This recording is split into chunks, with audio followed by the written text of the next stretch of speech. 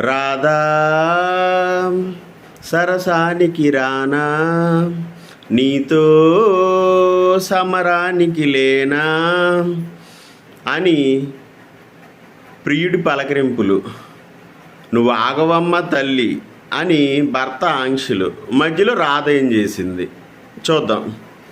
హైదరాబాద్ బోచ్పల్లిలో దారుణం జరిగింది. రాధ అంజిలప్ప అనే ఇద్దరు భార్యాభర్తలు ఉన్నారు. రాధకి వేరే వ్యక్తితో వివాహేతర సంబంధం ఉంది. అది గమనించిన భర్త అంజిలప్ప, నువ్వు నా పరువు తీయొద్దు, వాడితో మాట్లాడొద్దని గట్టిగా వార్నింగ్ ఇచ్చాడు. వార్నింగ్ ఇస్తే ఏం చేయాలి?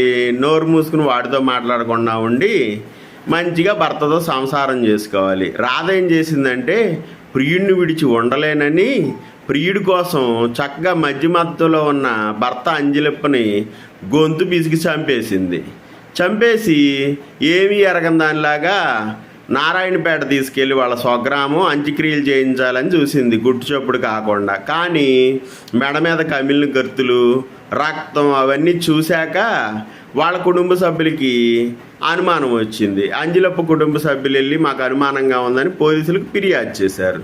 ఫిర్యాదు చేసిన తర్వాత పోలీసులు వచ్చి తమదైన శైలిలో విచారణ చేసిన తర్వాత రాధ చేసేది లేక నేరం ఒప్పుకుంది.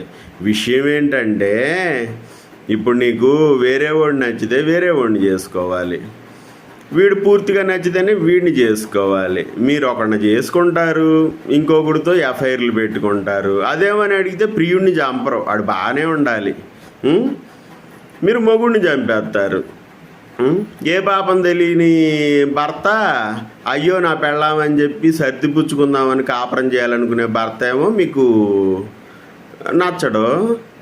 అట్నుంచి నిన్ను ఒక తప్పుడు దారిలో నడిపించేసి అన్నీ చేసేవాడేమో నీకు నచ్చుతాడు. ఏంటమ్మా తల్లి ఇట్ట తయారయ్యారు?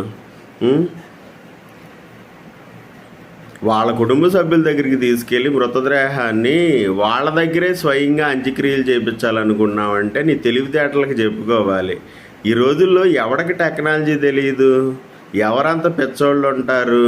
నువ్వు గొంతు పిసికి చంపేసి రక్తం అంతా కనిపిస్తుంటే కూడా నువ్వు కవర్ చేయాలనుకుంటే వాళ్ళు కవరింగ్ తీసేసుకుని ఆరోగ్యంగా ఉన్న మనిషి చచ్చిపోయాడంటే వాళ్ళు నమ్ముతారా? ఇప్పుడేమైంది? ప్రియుడిని విడిచి ఉండలేక భర్తను చంపేసావు, ఇటు నీ బతుకుపోయింది. తర్వాత ప్రియుడు హ్యాపీగా నువ్వు అయిపోయావు కదా, ఇప్పుడు నువ్వు మొగుడిని చంపేసావు, జైలుకి పోయావు. ఇంకో దాన్ని పడతాడు, ఆడిదారిని అడు తిరుగుతాడు. జైలుకి ఎవరు వెళ్ళారు? నువ్వు వెళ్ళావు. ఈ మాత్రం తెలుసుకోలేకుండా ఉన్నారు ఆడవాళ్ళు.